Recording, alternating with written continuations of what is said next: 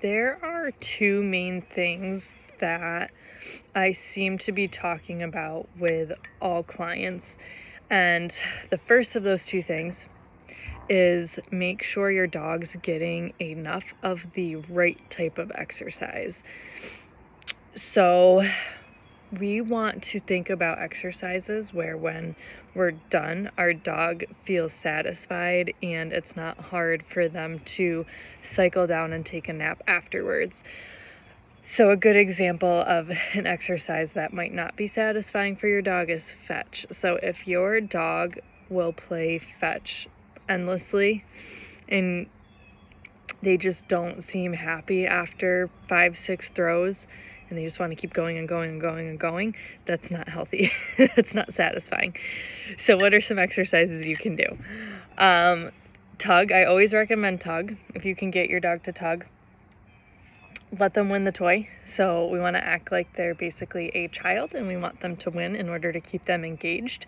Later down the line, we can teach them an out, but right now we're letting them win. And once they win, we're going to run away from them and see if they will chase us with the toy in their mouth. And if they drop it or lay down with it, we can stalk in and try to whip it away from them and run away with the toy and see if they'll chase us and start that process all over again. So do that for like 5 minutes and you and your dog will be exhausted.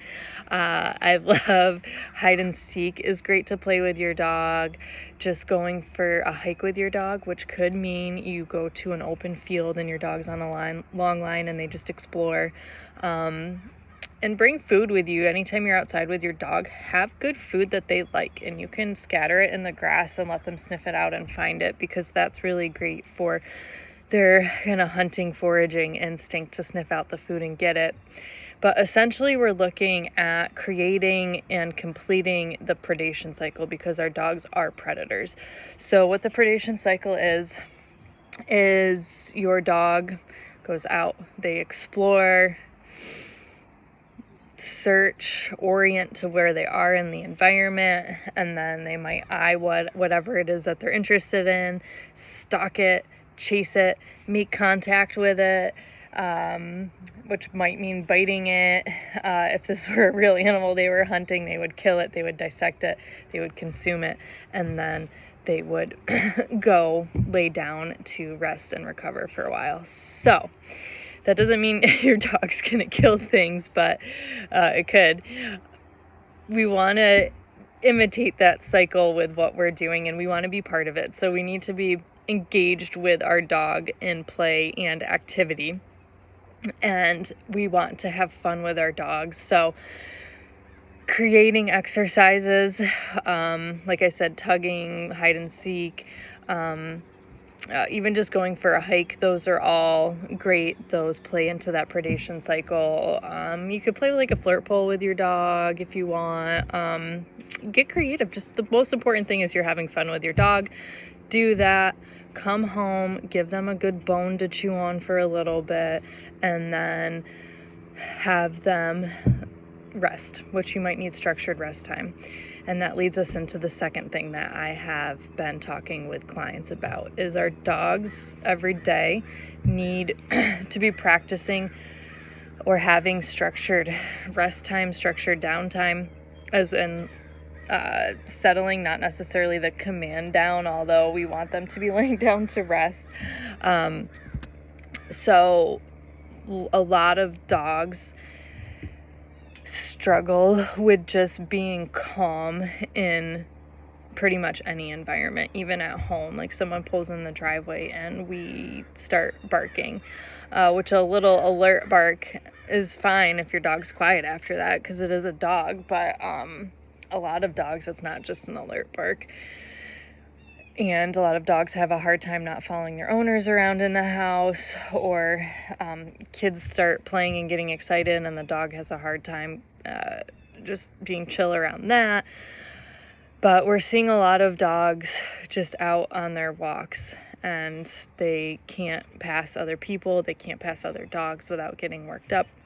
It's extremely common. We have owners who want to go into like the farmer's market, or we're visiting relatives, or we're just trying to I don't know, go to the vet. And like our dogs can't just be neutral and chill and content in these more stimulating environments. So practicing structured exercise is structured rest is huge in the dog's daily life just at home. So we need to master this at home before we can go put it in other environments. And structured rest time really at the beginning looks like crate time and place time. So getting your dog comfortable in the crate, getting your dog comfortable getting on a place bed, and then building up duration while you are really close by. So I look to build up to 30 minutes personally. And then we can start going about just our more active daily activities within the house. So that might mean cooking, just cleaning, tidying up, whatever it is that you do, doing like a workout in the other room, taking a shower in the other room. So now we're adding some distance from the dog, out of sight, and duration. Which if your dog is tethered on place, just because you can tether your dog on place, just be mindful that they are supervised. For one, safety reasons if they're tethered on place, but even if they're not, if they get off the bed and we're still in our like structured rest time, there's no way to reinforce that if you're too far away. That's hit me up if you want to talk more about that and implement this into your life. So we need to master that with just the daily happenings going on in our house. We need to master structured rest, our dog being able to just chill and not give in to every movement going on in the house. Can they just be chill? And as your structured rest times grow and develop and your dog is doing really well, so they're cool in their crate, they're cool on place with whatever it is you're doing around the house, then we can start practicing with your dog having a little more freedom in the house, but they might have like a leash on.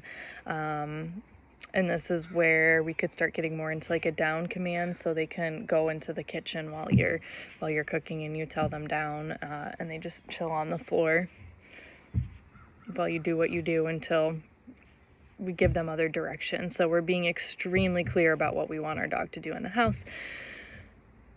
That goes really well. Let's start bringing this into other environments. So let's go to quiet parks, or we can go into town at a really quiet time and just start watching the world. Not having a lot of expectation. Your dog's not going to be able to hold a down for 20 minutes right away. But let's just hang on to the leash. We're the post. Let the dog learn to cycle down on their own. We can work on some counter conditioning here, and start practicing just being chill in those environments. But that has to start by being mastered at home first.